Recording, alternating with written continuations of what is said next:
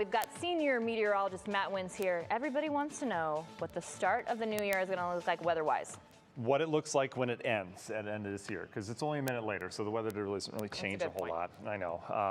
I guess that could be a dad joke. I'm not even sure.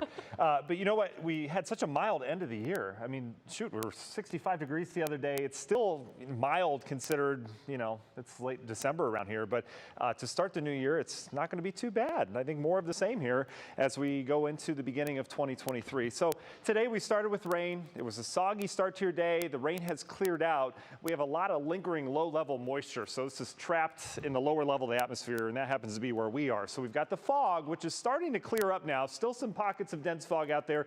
And what you don't see on here is there's drizzle in spots. So you are running the wipers if you're heading out to your final destination tonight. You notice visibilities have come up. These were down to half a mile with that initial push of fog across northeast Ohio.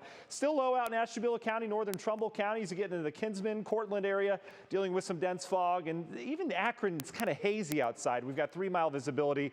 Look at ODOT cams here. This is Fulton Road. This is southwest side of the city, improved, especially since earlier. Still a little bit of fog out towards Willoughby, 271 and I-90. And then as we head further east out towards Rumen Road, this too has improved as we continue to bring in drier air.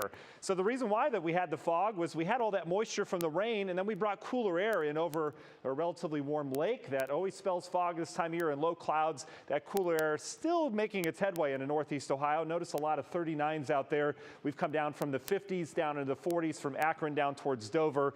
Overall, most of us tonight will fall back into the 30s, may hold on to some low 40s down towards the south. This is all courtesy of a light northwest wind bringing in much cooler air. And I mentioned that drier air. We had dew points earlier measuring how much moisture is in the air. They were up in the 50s, so we had quite a bit of moisture around. We're now back into the 30s, so that's a sign that that drier air will continue to win out the rest of the evening. So this is how we carry on into the new year. We're around 39, 38 degrees or so in the early morning hours. Calm winds. We'll have some fog around.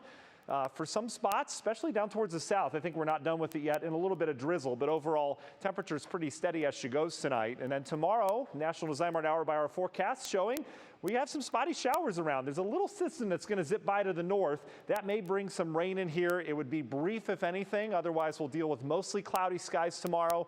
And still pretty mild temperatures tomorrow afternoon. Look at this, up near 50 degrees. That's not a bad start to the year. And you notice as we go tomorrow night, temperatures stay pretty steady, still in the 40s. Now on Monday, we do have some more rain coming in here. Won't be much, but you can see how we have some of these showers that'll be lifting through northeast Ohio, especially afternoon and evening. Another mild day on Monday.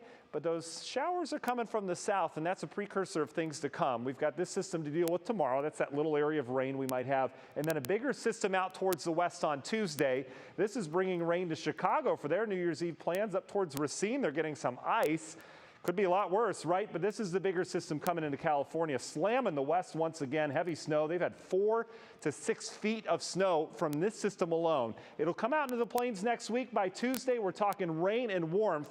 We're back up into the mid-60s on Tuesday. Spring-like again on the backside of this. Later next week, it does look like we get some snow out of it, albeit not a whole lot. Union Home Mortgage extended forecast here. You can see we're up near 65 on Tuesday and then back down to the 30s behind this system.